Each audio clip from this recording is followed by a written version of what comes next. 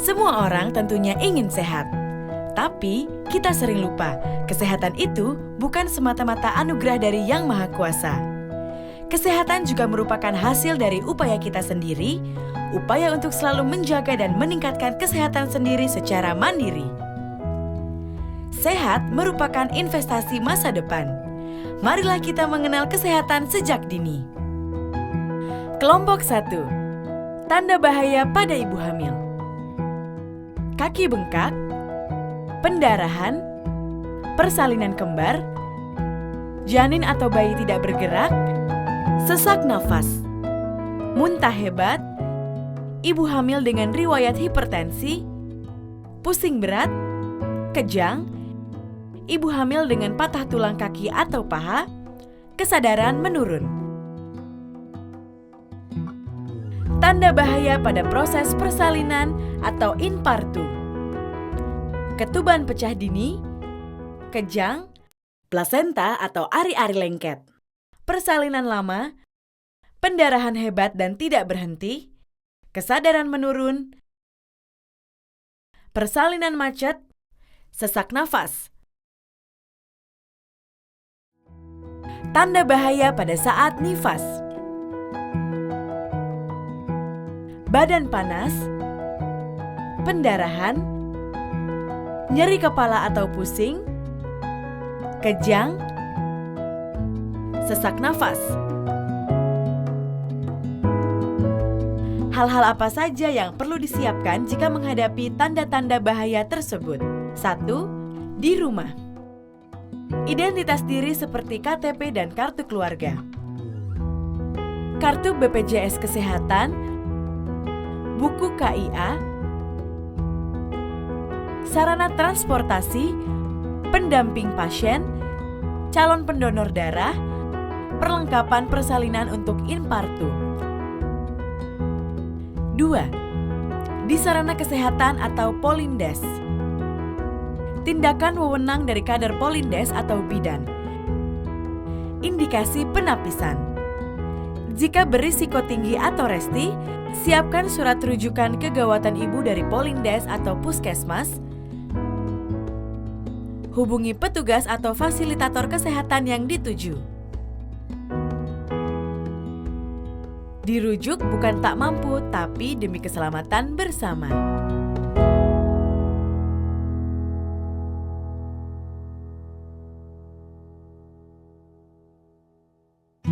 Kelompok 2. Tanda bahaya pada bayi. Bayi cacat bawaan lahir. Bayi lahir tidak menangis. Bayi sesak nafas. Bayi kepala besar. Bayi kuning. Bayi biru menggigil. Bayi tidak mau menyusu. Bayi lahir kecil. Bayi lahir kurang bulan. Bayi tidak punya lubang anus. Bayi kejang. Bayi kepala kecil atau mikrosefalus, bayi lemas, pendarahan tali pusat, bayi mencret lebih dari 5 kali.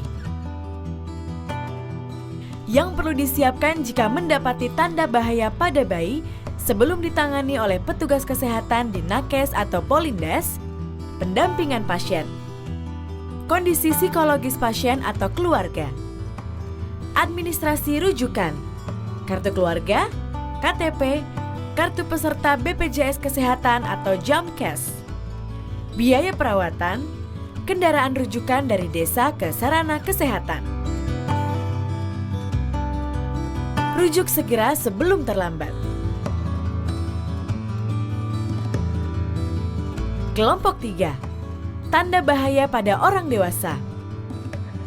Tidak sadar atau kehilangan kesadaran, leher kaku, buta mendadak, tidak bisa buka mulut, nyeri dada disertai kesulitan bernafas, nyeri perut kanan bawah, panas tinggi, muntah hebat tanpa sebab, mimisan atau keluar darah dalam hidung, sesak nafas, nyeri dan kaku seluruh perut, lumpuh satu sisi atau tungkai mendadak, kejang, pusing hebat, tersedak benda padat, nyeri dada sebelah kiri, perut nyeri disertai tidak bisa buang gas, tidak bisa buang air kecil.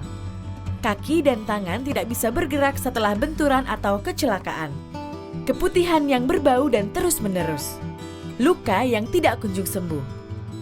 Pendarahan di luar siklus atau waktu haid atau menstruasi. Benjolan yang tidak normal di bagian-bagian tubuh. Batuk lebih dari 2 minggu. Batuk darah, berak darah, diare atau mencret lebih dari 5 kali dalam sehari. Apa saja yang harus dilakukan jika menemukan tanda bahaya pada orang dewasa? Keluarga. Berikan pertolongan pertama sesuai gejala yang bisa dilakukan. Bawa segera ke vaskes terdekat atau FKTP. Siapkan dokumen-dokumen yang dipersyaratkan. Identitas, KTP, SIM, KSK, kartu kepesertaan asuransi, JKM, biaya berobat. Desa atau Polindes atau Pustu. Lakukan penegakan diagnosa kerja sementara sambil melakukan stabilisasi jika memungkinkan. Kemudian, lakukan rujukan ke vaskes yang lebih tinggi.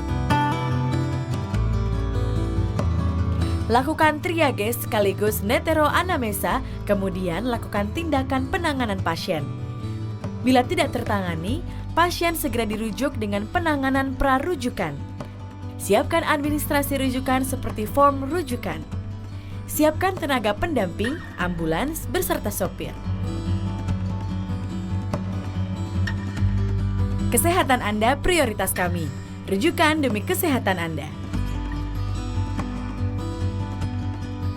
Mari kita tingkatkan derajat kesehatan masyarakat dengan mengenali tanda bahaya sejak dini. Video ini tersusun atas dukungan pemerintah Australia melalui program Australia-Indonesia Partnership for Health System Strengthening.